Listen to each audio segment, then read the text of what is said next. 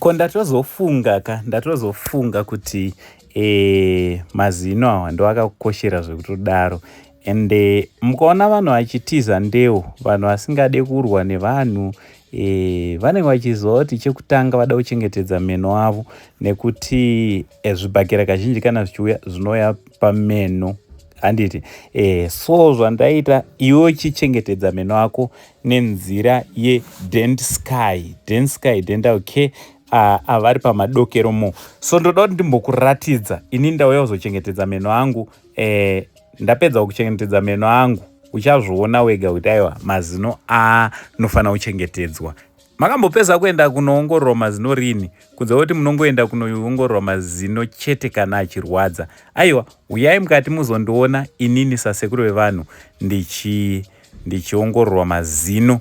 Haasi kurwadza, please note, mazino angu haasi kurwadza, but unofanira kungoti each and every 6 months upote uchinotariswa mazino chero asiri kurwadza. Handei tinoona Dr. Nyashi. Unotongonzwa kuida. So ndakupinda dentist. So come. Come in. Handei. Come, let's see. Hello, Doc. How are you? I'm all right. How are you? I'm okay. I can't complain. I'm good. Hi, how are you? I'm good. Take a seat. Thank you so much. Welcome to Dentsky Dental Clinic. Thank you so much. Yeah. So guys, this is Dr. Nyash. So Dr. Nyash and the dentist wedu vachange vachindongora mazino. Yeah. Ndauya nemazino angu. Pane mazino ari kunetsa here? Hapana. Okay. Hapana mazino ari kunetsa, but ne-age manje ndakunanavira muzana. Saka ndikati regai ndimbouya mumboona kuti mazino angu arichiri right. Okay, saka tichatanga ne-exam. Okay. And then after that, if there's any problem, I'll let you know. Okay. And then tozogeza mazino, then tapedza. All right. Okay. All right. So if you don't mind, you can come and sit in the office chair for me. Oh, pana. All right. All right. So guys. All right. All right. Put your whole back in.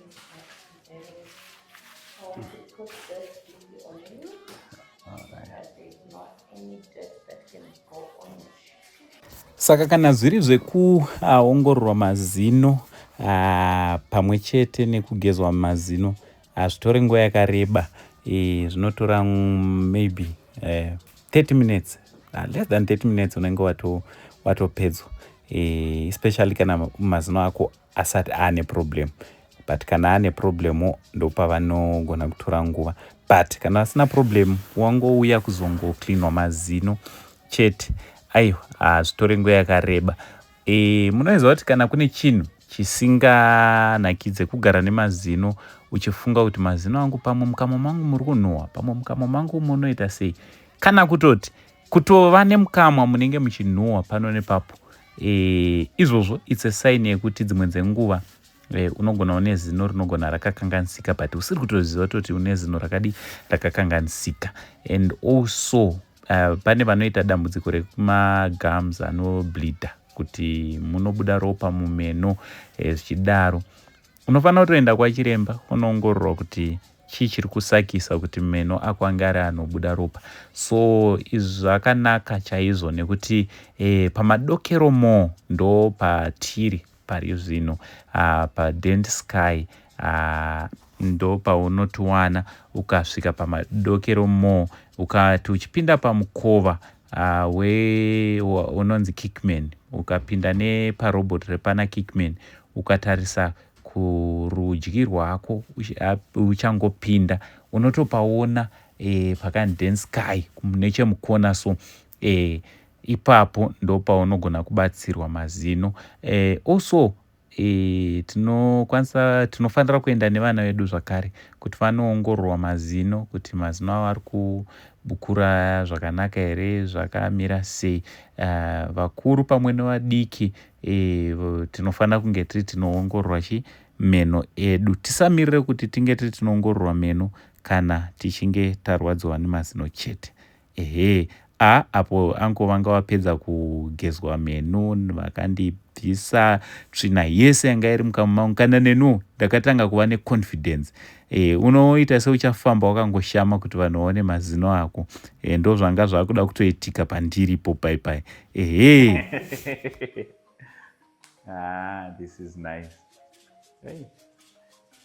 Zvanatsobuda. Unoita seuchangofamba uchisekerera. What do you think, guys? Mazino abuda zvavo. Ndangwira muna udichinjire. So guys, zvombotika unongouyawo wongozoita. Ndaitofunga kuti mazino angu akachena singaiti nekuti ndinokwesha everyday, but ndakuzviona zvinezve. This is good. Ndazvitoziva kuti ati anga ane tsvina yanga yakanyanya.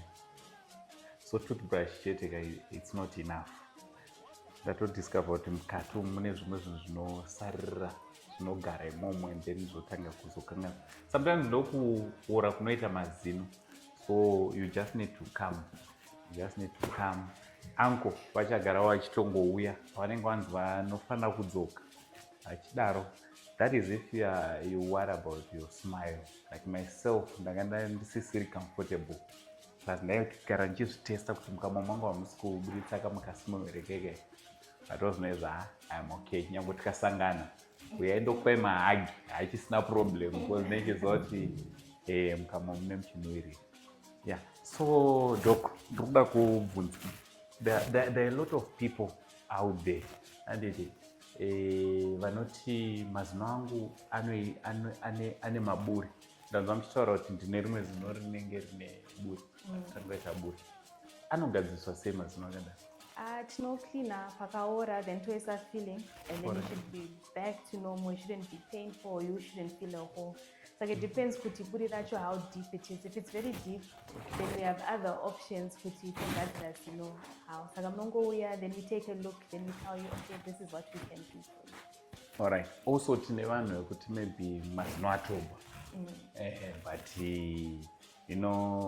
vanenge vachida kuti vaisirwe mamwe mazino. It's possible. We also do that. Tinema false teeth madentures. I know you can put them in and out. Okay. Then we have what we call bridges, where we use your teeth. These are, for example, this is our denture, where you can put it in and out. It's no problem. We replace your teeth. Then we have bridges or crowns, where we make a tooth. So we use the tooth that's already there. Then we shape it and we put to cover. Then the other option would be to do an implant where we put a screw inside the bone. It's not as painful as it might sound. And then it's a more permanent solution. Then we put teeth that stay, but they're anchored by the bone. Alright. So guys, ndofunga murungozvinzwira. Pane vanhu vakawanda vanonetseka nemazino and at the end of the day vanopesa vatozongouya rakuda kutobvisiwa. But usamirira kuti zino rako rikurwadze kana mazino ako akurwadze kusvika pakubvisiwa. Even usiri kutonzwa mazino, munhu anofanira kuchekwa mazino after every 6 months. Every 6 months. Every 6 months. Even asiri kurwadza sezvangachiita hangu. Alright. So guys, every 6 months unofanira kuuya kwa dentist uchionekwa mazino ako. So ndikanzwa kuti hamusi kuuya kuzoonekwa mazino ndichauya ndichikutorai 1-1 ndichiuya nemi kunoku. Thank you very much. Mukauya futi kunoku muchaona kuti team iri panapa vane mazino ari white. Mazino avo ari white. So hakusi kuti vari kutaura zvinhu zvavasingaiti, zvinhu zvavanotorera maivo. Zita rangu rinonzi Uncle Saint. Tichasangana futi pa6 months, but pakati pese apa ndichapota ndichikuudzai kuti mwana wese ndichakuremind each and every week kuti munge muri munouya kunoku. So guys, inzwaika panapa Dentsky tinovhura kubva na9 to 6 every day na9 to 6. That is during the week from Monday to Friday. Tine takavhura maweekends zvakare tinovhura from 9 to 1:30 tine takavhura zvakare, that's Saturday and Sundays. So you need to come guys, ozoongororwa mazino ako. Public holidays zvakare tinovhura, so you have to book appointment nadoctor kuitira kuti usazobondera. You need to book wobva wauya uzoongororwa. PaInstagram handiti PaInstagram nepaFacebook tiripo. You have to follow our Facebook page neInstagram account yedu yakanzi Dentsky. Also TikTok account yedu yakanzi Dentsky1. So go and follow our social media handles. Basa richienda mberi. Aiwa, ndini chanza chamai wenyu kana ndotokuudzirai vazukuru kuti zviri kufamba sei, zvichifamba zvakanaka. Tiri panapa PaMadokero Mo. Aiwa, namba dzefoni ndo dziri pascreen idzo zvakare. From Uncle Saint, chanza chamai wako ndiri the only Zim uncle for now. It's much love and God bless.